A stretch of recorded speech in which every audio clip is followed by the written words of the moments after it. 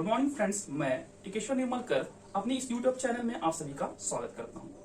आज हम वर्ग का तीसरा क्लास देखने के लिए जा रहे हैं। इससे पहले मैंने वर्ग से संबंधित 2 वीडियो किए हुए हैं, उन वीडियो को आप पहले जाकर देख लीजिए, जिससे आपको ये तीसरा वीडियो और तीसरा पार्ट, इस वर्ग का तीसरा पार्ट आपको अच्छे से समझ आए और आपका कॉन्सेप्ट भी क्लियर हो।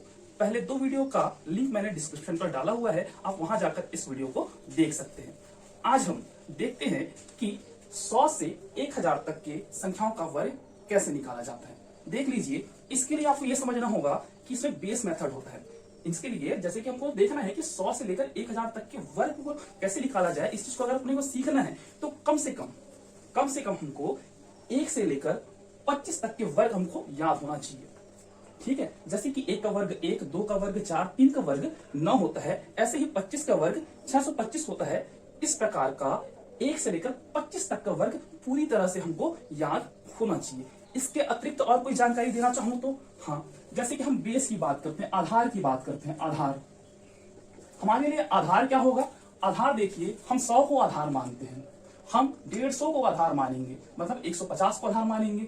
हम किसको आधार मानेंगे? हम 200 को आधार मानेंगे, हम 250 को आधार मानेंगे, हम 300 को आधार मानेंगे, हम 350 को आधार मानेंगे। वैसी 400, 450, 500, 550 से dash dash dash dash dash 900, 950 और 1000। मतलब इन सारी संख्याओं को हम क्या मानकर चलेंगे?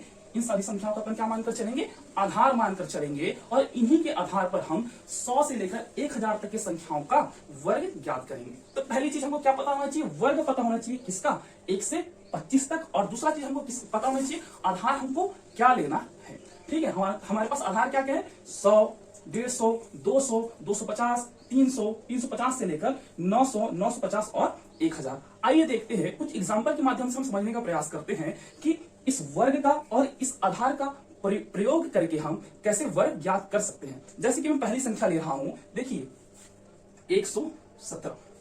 117 देखिए, इसका कोई आधार मान लो। आधार क्या मान लो? इसका आधार मैं मान सकता हूं। देखिए क्या क्या आधार मान सकता हूं। एक तो मैं 100 आधार मान सकता हूं, एक तो मैं आधार मान सकता हूं 150। लेकिन आधार हम कौन सा ले? आधार हमको वही लेना है जिसके नजदीक हो। देखिए 117 किसके नजदीक है? 100 के नजदीक होगा 117। 100 के नजदीक होगा 117। इसलिए हमको क्या करना होगा कि हमको आधार क्या लेना पड़ेगा? 100 लेना पड़ेगा। ओके, देखिए 100 मैंने क्या ले लिया? आधार ले लिया। इसके लिए क्या लिया मैंने? आधार क्या लिया? आधार लिया मैंने 100। अब 100 आधार हो गया तो मैं देखूंगा कि ये जो वैल्यू है ना, वो 100 से कितना अधिक है। देखिए 17 अधिक है। कितना अधिक है? 17 अधिक है, प्लस 17। तो मैं क्या करूंगा? ऊपर में क्या करने वाला हूं मैं? प्लस 17 करने वाला हूं। जितना मैंने प्लस किया उतना ही क्या करना है मुझे? माइनस करना है। जितना मैंने प्लस किया उतना ही क्या करना है मुझे? माइनस करना है। और इसको आप लिख दीजिए, इसको आप लिख दीजिए। तो जब आप इसे माइनस करोगे तो क्या आएगा यहाँ पे? 100 इंटू, जब इसको प्लस करके लिखोगे तो क्या आएगा? 134। और नीचे में हर किसी वैल्यू के 100 आएगा। अपॉन में हमेशा क्या रहेगा? 100 रहेगा। स्लैश, जो चीज आप प्लस और माइनस में लिखे हो ना, जो चीज आप प्लस और माइनस में लिखे हो, उस वैल्यू का आपको क्या लिखना है? वर्ग लिखिए। उस वैल्यू को क्या लिखना है आपको? यहाँ पर वर्ग लिखना है। तो देखिए 17 है यहाँ पर क्या है? 17 है। यहाँ पर भी क्या है? 17 है। तो 17 का वर्ग क्या होगा? देखिए हमारे टेबल में 289। तो यहाँ पर मैं क्या ले रहा हूँ? 289 ले रहा हूँ। यहां तक अगर बात क्लियर है तो देखिए यहाँ पर देखो, ये 0 से वाला 0 कैंसिल, ये वाला 0 से वाला 0 कैंसिल। क्या बचा? 134। आगे क्या है? स्लैश 289।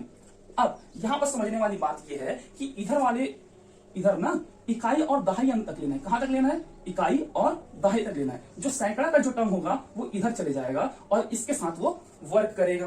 तो देखिए क्या होगा? 9, 8, 4 और 2 क्या हो जाएगा? 6। हो गया 3 वर्ग। ये क्या होगा? 117 का स्क्वायर होगा आंसर। तो आइए इसी प्रकार हम दूसरे क्वेश्चन को देखते हैं, दूसरा एग्जांपल लेकर देखते हैं। दूसरा एग्जांपल में ले रहा हूं, जैसे कि क्वेश्चन नंबर 2, 137। देखिए इसका बेस क्या मान सकते हैं अपन? इसका बेस होगा एक तो 100 होगा और एक इसका बेस होगा 150। बेस माने तो 100 अगर मानू मैं बेस तो क्या होगा? 37 ज्यादा हो जा रहा है। और 150 अगर बेस मानू तो -13। तो 13 कम है इसमें, और इसमें क्या है 37 ज्यादा है। यहाँ पर 37 ज्यादा है और यहाँ पर 13 कम है। तो जहां पर वैल्यू कम होगा ना उसी को अपन बेस लेकर चलेंगे। जहां पर वैल्यू कम होगा उसी को क्या करकर चलेंगे अपन, बेस लेकर चलेंगे। अपन इसका बेस क्या मानेंगे, अपन 150 मानेंगे। चलिए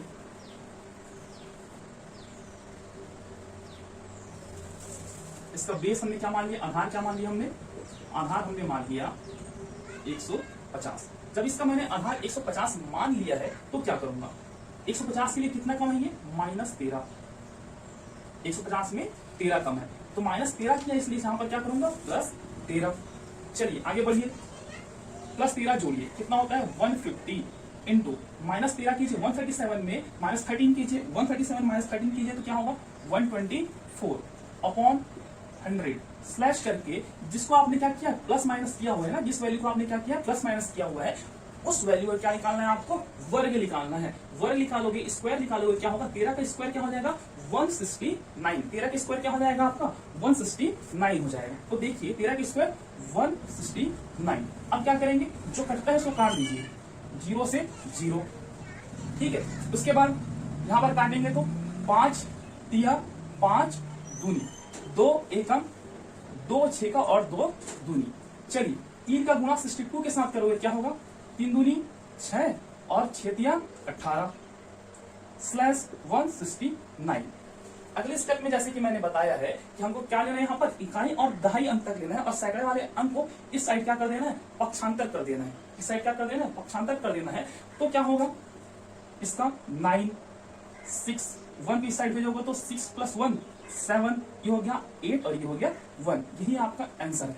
इट मीन्स कहने का मतलब ये हुआ कि ये किसका वर्ग है 137 का क्या है, ये वर्ग कितना है 18769 है। आइए इसी प्रकार एक और एग्जांपल देखें। Question number 3। क्वेश्चन नंबर 3 में मैं ले रहा हूं 876। देखिए इसके लिए आधार मैं क्या लूं, इसके लिए मैं आधार लेता हूं आधार 900, इसके लिए मैं आधार ले रहा हूं 900, इसके लिए आधार मैं ले रहा हूं 900। देख 900 में कितना कम है ये, 900 में कितना कम है ये 24 कम है, इसलिए 24 को क्या कर दिया मैंने घटा दिया, 24 को क्या कर दिया मैंने घटा दिया। और ऊपर अगर मैंने 24 घटाया है तो नीचे क्या करूंगा 24 को जोड़ दूंगा। देखिए आगे 24 जोड़ने से क्या हो जाएगा 900 गुणा 876 में जब आप 24 घटाओगे तो क्या होगा 852 स्लैश, अब पूरे का बटे 100 स्लैश के बाद क्या लिखते हैं हम, जो वैल्यू आपने जोड़ा या घटाया है उसका आप क्या करते हो स्क्वायर को लिखते हो। 24 का स्क्वायर क्या होगा 576 मतलब 576 होगा 576। फिर सेम काम, जो कटता है उसको काट दीजिए, काटने के बाद क्या होगा 9 × 852/576।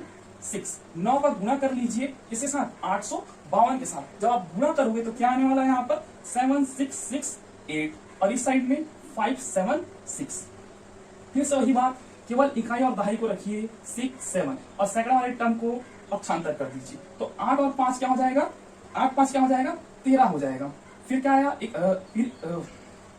फिर क्या आया बचा, एक बचा, एक इसके साथ जाएगा, इस 6 के साथ जाएगा, 6 और 1 7, ये हो जाएगा 6 और ये हो जाएगा 7। आंसर ये किसका स्क्वायर हुआ हमारा 876 का स्क्वायर हुआ। इस प्रकार से आप 100 से लेकर 1000 तक की संख्याओं का स्क्वायर ज्ञात कर सकते हैं। Thank you.